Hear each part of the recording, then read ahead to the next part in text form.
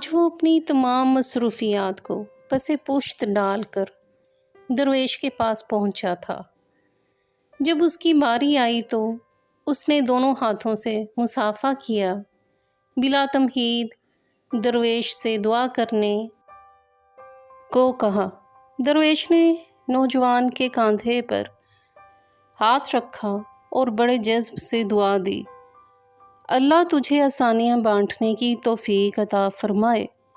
دعا لینے والے نے حیرت سے کہا، حضرت الحمدللہ، ہم مال پاک کرنے کے لیے ہر سال وقت پر زکوٰۃ نکالتے ہیں، بلاؤں کو ٹالنے کے لیے حسب ضرورت صدقہ بھی دیتے ہیں، اس کے علاوہ ملازمین کی ضرورتوں کا بھی خیال رکھتے ہیں۔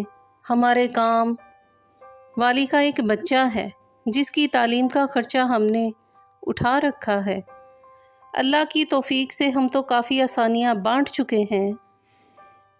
درویش تھوڑا سا مسکرایا اور بڑے دھیمے اور میٹھے لہجے میں بولا، میرے بچے، سانس، پیسے، کھانا، یہ سب تو رزق کی مختلف قسمیں ہیں، اور یاد رکھو رازق اور الرزاق صرف اور صرف اللہ تعالیٰ کی ذات ہے، تم یا کوئی اور انسان یا کوئی اور مخلوق نہیں۔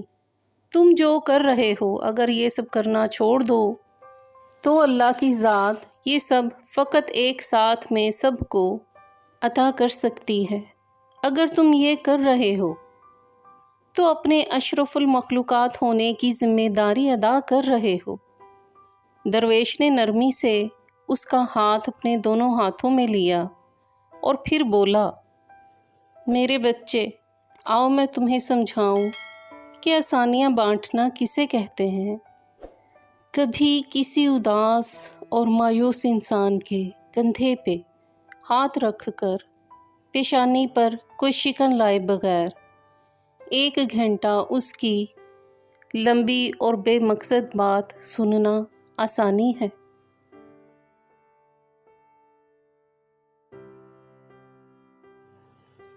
اپنی ضمانت پر کسی بیوہ کی جوان بیٹی کے رشتے کے لیے سنجیدگی سے تگ و دو کرنا آسانی ہے۔ صبح دفتر جاتے ہوئے اپنے بچوں کے ساتھ محلے کے کسی یتیم بچے کی اسکول لے جانے کی ذمہ داری لینا، یہ آسانی ہے۔ اگر تم کسی گھر کے داماد یا بہنوئی ہو تو خود کو سسرال میں خاص اور افضل نہ سمجھنا، یہ بھی آسانی ہے۔ غصے میں بپھرے کسی آدمی کی کڑوی کسیلی اور غلط بات کو نرمی سے برداشت کرنا، یہ بھی آسانی ہے۔ چائے کے کھوکھے والے کو اوئے کہہ کر بلانے کی بجائے بھائی یا بیٹا کہہ کر بلانا بھی آسانی ہے۔ گلی محلے میں ٹھیلے والے سے بحث مباحثے سے بچ کر خریداری کرنا، یہ بھی آسانی ہے۔ تمہارا اپنے دفتر، مارکیٹ یا فیکٹری کے چوکیدار اور چھوٹے ملازمین کو سلام میں پہل کرنا، دوستوں کی طرح گرم جوشی سے ملنا، کچھ دیر رک کر ان سے ان کے بچوں کا حال پوچھنا، یہ بھی آسانی ہے۔ ہاسپٹل میں اپنے مریض کے برابر والے بستر کے انجان مریض کے پاس بیٹھ کر اس کا حال پوچھنا اور اسے تسلی دینا، یہ بھی آسانی ہے۔ ٹریفک اشارے پر تمہاری گاڑی کے آگے کھڑے شخص کو ہارن نہ دینا جس کی موٹر سائیکل بند ہو گئی ہو، سمجھو تو یہ بھی آسانی ہے۔ درویش نے حیرت میں ڈوبے نوجوان کو شفقت سے سر پر ہاتھ پھیرا اور سلسلہ کلام جاری رکھتے ہوئے دوبارہ متوجہ کرتے ہوئے کہا، بیٹا جی، تم آسانی پھیلانے کا کام گھر سے کیوں نہیں شروع کرتے؟ آج واپس جا کر باہر دروازے کی گھنٹی صرف 1 مرتبہ دے کر دروازہ کھلنے تک کا انتظار کرنا۔ آج سے باپ کی ڈانٹ ایسے سننا جیسے موبائل پر گانے سنتے ہو۔ آج سے ماں کی پہلی آواز پر جہاں کہیں ہو فوراً ان کے پاس پہنچ جایا کرنا۔ اب انہیں تمہیں دوسری آواز دینے کی نوبت نہ آئے۔ بہن کی ضرورت اس کے تقاضا اور اس کی شکایت سے پہلے پوری کیا کرو۔ آئندہ سے بیوی کی غلطی پر سب کے سامنے اس کو ڈانٹ ڈپٹ مت کرنا۔